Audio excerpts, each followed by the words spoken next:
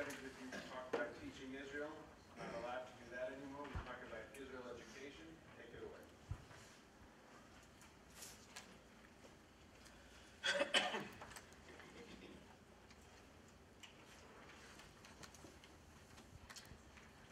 So, I believe that what's needed in Jewish education today is a new set of consciously articulated educational and ideational values and beliefs to guide our work in the decades to come. I believe that Israel education is part of a larger rubric, which is Jewish education. And now I would like to briefly outline the 8 components that I believe are key linchpins for an Israel education as part of Jewish education. 1, Israel and identity development. Israel today plays a powerful role, or has the possibility of being a very powerful force and factor in the shaping of Jewish identity. We don't teach Jewish identity, but Israel education can help the development of Jewish identity. Convincing research suggests that the phenomenon of Israel in Jewish life can have implications for such concepts as lineage, linkage, social networking, and the like. In addition, the issue of identity development is not an abbreviated process. It does not begin in the adult years. It does not begin in 1826. It begins in early childhood, at birth. The early years are critical. The primary school years are critical. The secondary school years are critical. And therefore, a serious approach to Jewish identity development or to Israel education would see its task beginning in the preschool years. 2, Israel and I. I take an I-centered approach. I'm not talking about egotism, and I'm not talking about the I-center. By an I-center approach, I mean an educational belief that education works best when a person feels himself or herself as the subject. As John Dewey said, education isn't preparation for life, education is life. So the principle number 2 that I'm espousing is a person-centered approach that believes that people at all ages, from the youngest of ages till their last day, seek meaning. And it implies that Jewish youth may be able to find meaning in Israel education as part of the larger rubric of Jewish education. 3, the new consciousness. The last 15, 20, 25 years is an era of emerging revolutions in the neurosciences and the study of mind. And we are on the threshold, I believe, of new concepts of what mind is. And I think this new direction is suggesting that mind is the realm of emotions, intuition, biases, language, genetic dispositions, social norms, thinking, all together. These are not distinct areas.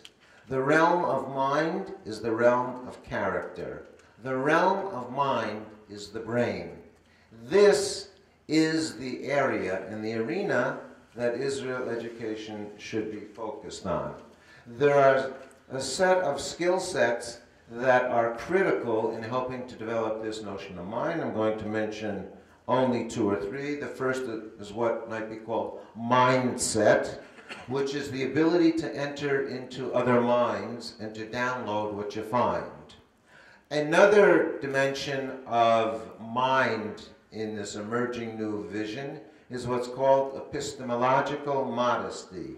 That's the ability to have the serenity to read one's own biases and failures in one's own minds, to have enough faith to have enough doubt about one's own biases. A third example of a talent or a skill set needed is what a 1977 psychologist called limerence. She was not Irish.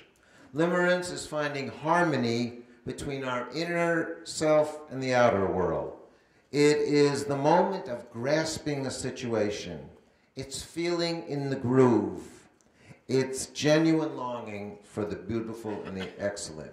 These are all concepts and ideas that I believe are central to the field and the area we are concerned with. 4. Is that right, Bill? Am I on 4? Ask Kendra. Kendra? I'm notorious for being faulty with numbers. Number 4, the land of Israel, the state of Israel, and the people of Israel.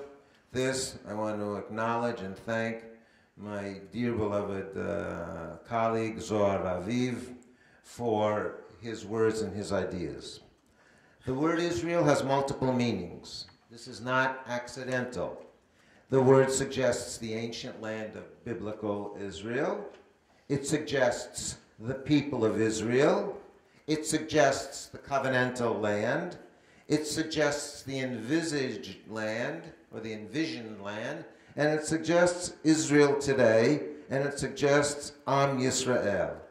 A comprehensive approach to Israel education as part of Jewish education will include and use all of these meanings of Israel in dealing with the subject. 5, multiple narratives. Narratives are ways of looking at the world. They represent a particular weave of facts that give meaning or perspective or congruence to viewpoints. In the teaching of Israel, we have several responsibilities. One is to help our students learn the Israel narrative from the perspective of Jewish history, Jewish life, rooting it both in knowledge and in Jewish sources.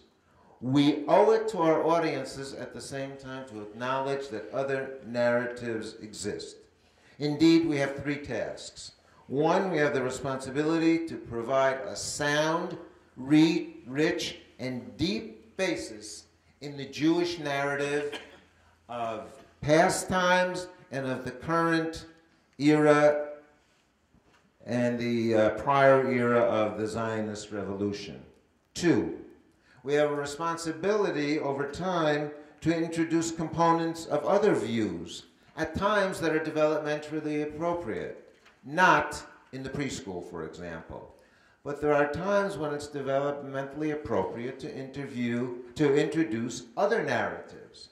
And 3, we have the responsibility to provide our young with the conceptual toolkit so that they themselves can think about, respond to, and compare narratives.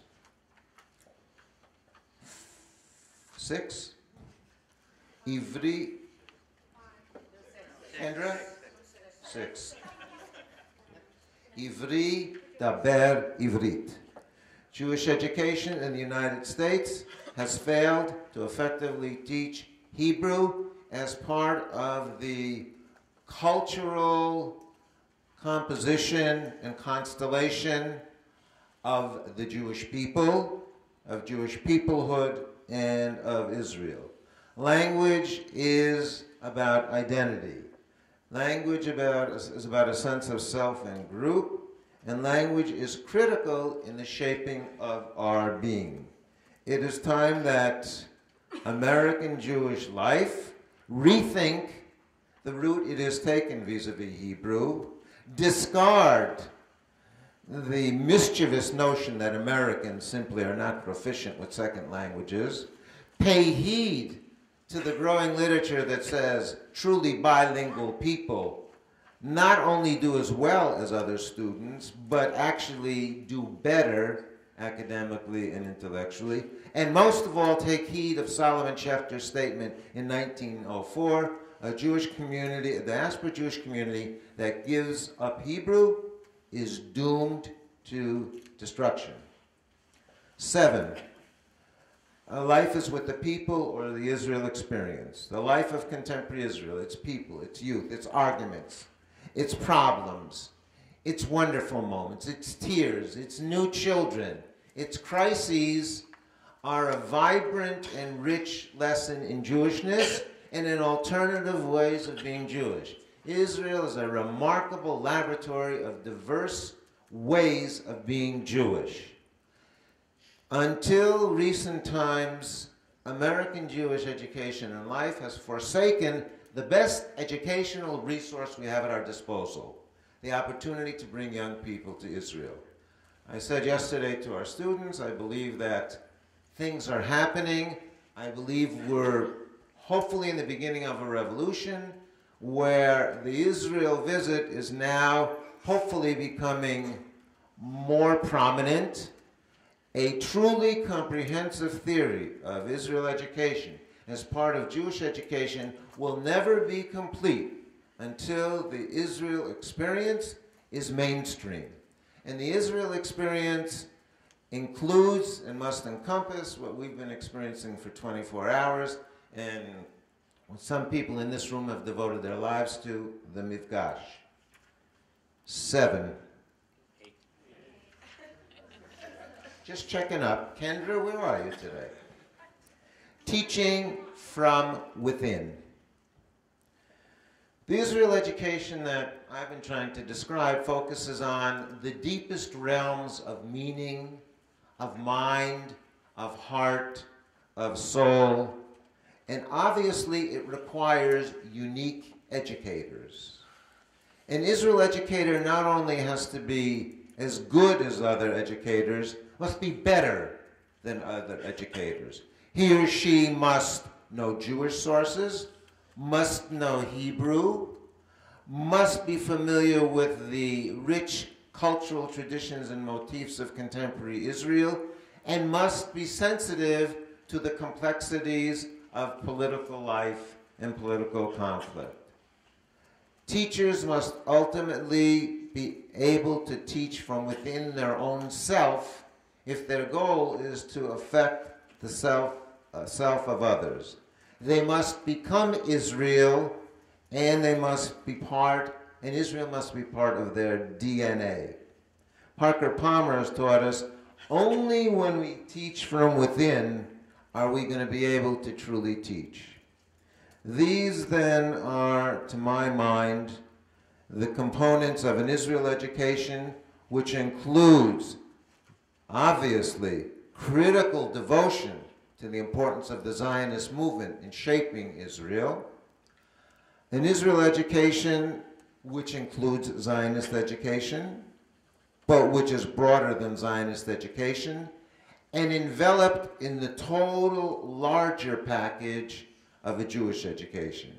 And all this is about what Hanan Alexander described is that time when he went to Israel for the first time. It's time to help young people and give them a chance, once again, to fall in love.